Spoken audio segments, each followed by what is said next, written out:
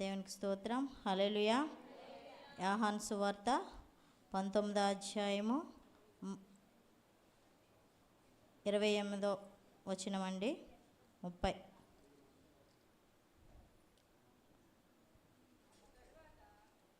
చెప్పండి, చదవండి.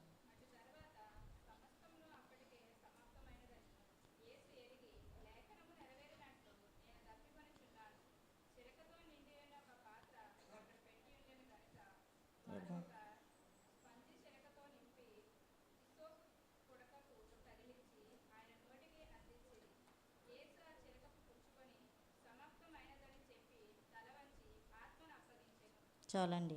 ఇక్కడ 6వ మాటగా యేసు ఆ చిరకను పుచ్చుకుని సమాప్తమైనదని చెప్పి తలవంచి ఆయన ఆత్మను అప్పగించుకుంటున్నాడండి. హల్లెలూయా, హల్లెలూయా. అక్కడ దాహం అయినప్పుడు అక్కడ యేసు ప్రభు వారికి ఏమిస్తారండి? చేదు చిరకను ఆయనకు త్రాగనిస్తారండి. ఈ లోకములో ముందుగా సహోదరు చెప్పారు కదండి, ఈ లోకములో మనకి దాహము తీర్చడానికి వచ్చిన దేవునికే చేదు చిరకను ఆయనకు అందిస్తున్నారు. ఆ తర్వాత ఇక్కడ సమాప్తమైనదని చెప్పి, అయితే ఏమి సమాప్తమైనది?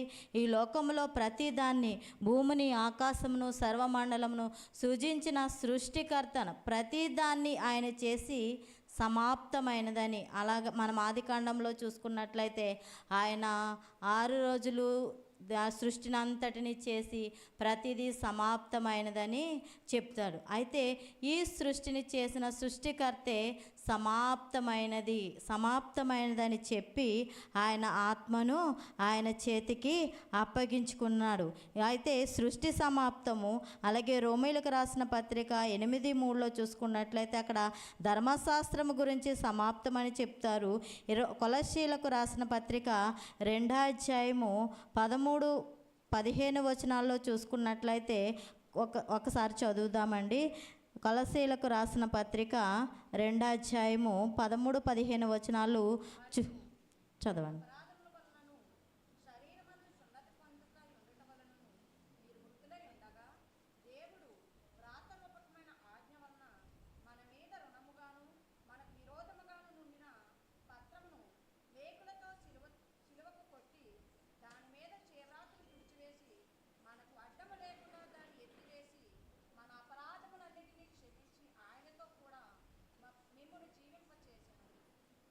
ఇంకా ఆయన ప్రభావములను అధికారులకు నెరయోధులుగా చేసి సిలువ జయోత్సవంతో వారిని పట్టి తెచ్చి బాహాటము వేడుక.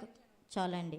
ఇక్కడ చూడండి, ఆయన ఎందుకు సమాప్తమైనది? ఇక్కడ మన పాప శిక్షను ఆయన అంతా సమాప్తం చేశాడండి. ఆ సిలువలో ఆయన మన పాప శిక్ష గురించి ఆయన సమాప్తమైనదని చెప్పి ఆయనను తలవంచి ఆయన ఆత్మను దేవుని సన్నిధికి అప్పగించుకున్నాడు. ఎందుకంటే శరీరమందు సున్నత పొందక ఉండవలనకు మీరు మృతులై ఉండగా దేవుడు రాతపూర్వకమైన ఆజ్ఞల వలన మన మీద రుణముగాను మనకి విరోధముగా నుండిన ఏ పత్రమును మేకులతో సిలువగొట్టి దాని మీద చేవాతను తుడిచివేసి మనకు అడ్డము లేకుండా, ఏ పాపము కూడా మనకు అడ్డము లేకుండా, ఏమీ మనకు లేకుండా ఆయన ఆజ్ఞలు, ఇక్కడ మనం మొదటి మాటలో విన్నాము, ఆయన ఆజ్ఞలు గాయకొనడం. ఇక్కడ కూడా చెప్తున్నాడు, ఆయన ఆజ్ఞల వలన మన మీద రుణములుగాను, ఆయన ఆజ్ఞలను పాటిస్తే మనము కూడా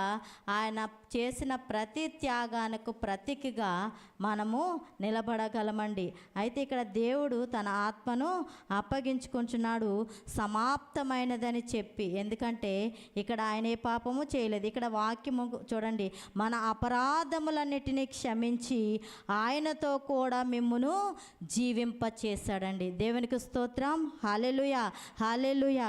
ఎందుకు సమాప్తం చేశాడంటే మన అపరాధములను క్షమించి ఆయనను మనతో కూడా జీవింపచేయుటకు ఆయన సమాప్తమైనదని చెప్పి తల వంచి ఆత్మ ఆయన సన్నిధికి అప్పగించుకున్నాడండి.